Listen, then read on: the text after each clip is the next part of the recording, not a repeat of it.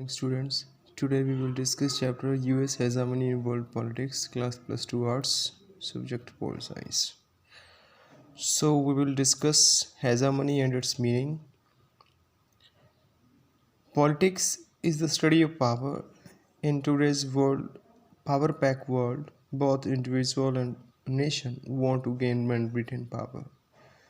Countries all over the world struggle to gain and retain power. This power is in form of military dominance, economic hegemony, political monopoly etcetera. तो जैसा कि कहा गया है कि संसार एक पावर पैक्ट है और जो पॉलिटिक्स है वो पावर की स्टडी है। पूरा संसार इस पावर को गेन करने में और रिटेन करने में लगा हुआ है। To understand world politics it is necessary to understand the distribution of power in the world.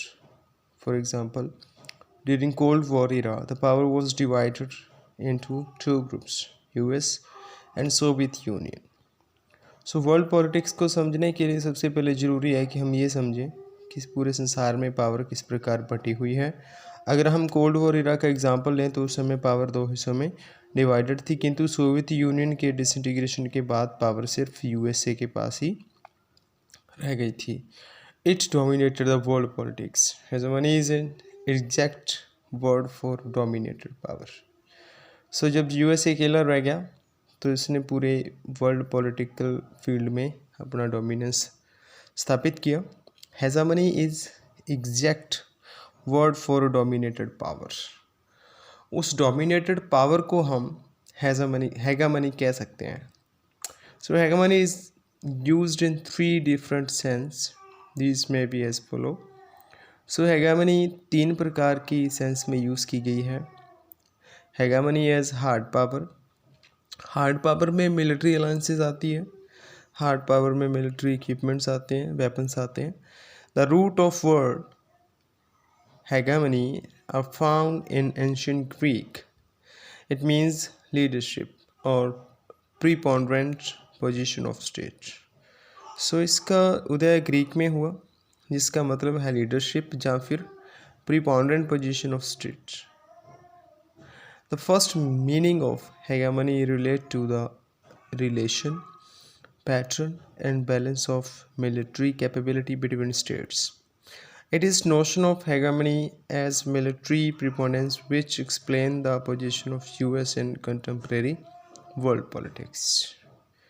So hegemony as a military preponderance की अगर बात करें तो उससे अमेरिका जो है पूरे कंटेम्प्रेरी वर्ल्ड पॉलिटिक्स में एक सुपर पावर बन के सामने आया है।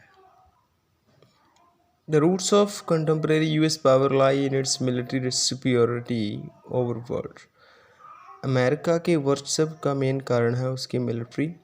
US military dominance today is both absolute and relative. In absolute sense, US has the military capability to reach any point of the planet with accuracy in target.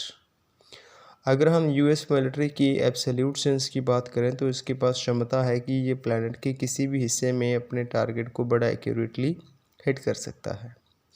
US budget on military is more than the combined expenditure of 12 powerful states. USA का एक साल का खर्चा अपनी army पे इकट्ठे 12 देशों के खर्चे जितना है। जितना 12 देश अपनी आर्मी पे खर्च करते हैं उतना अकेला अमेरिका अपनी आर्मी पे खर्च करता है।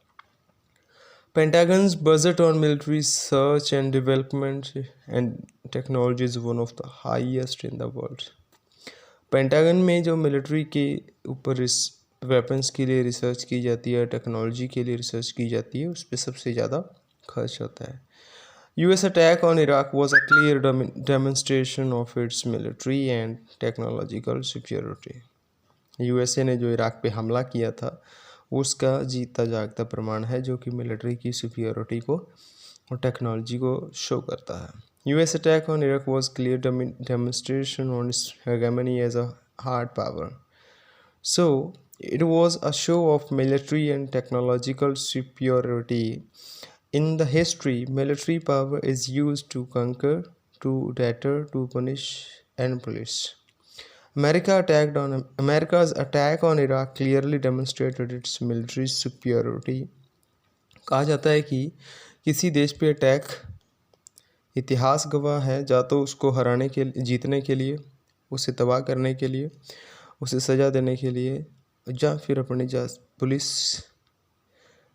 रखने के लिए किया जाता है। किंतु अमेरिका का इराक पे हमला इनमें से किसी की तवज्जो पे खरा नहीं उतरता। However, the US military has not been able to force people submit before them. Iraq पे अमेरिका का हमला ज़रूर हुआ, लेकिन इराक की आवाम को अमेरिका के सैनिक अब झुका नहीं पाए अपने सामने। Hegemony as a structural power. In second meaning of hegemony is quite different from the first. It's based on notion that an open and competitive world economy needs hegemon, or the hegemon must have the ability and desire to lay down norms for creating and sustaining the structure of global economy. Hegemon normally creates an order for its own advantage.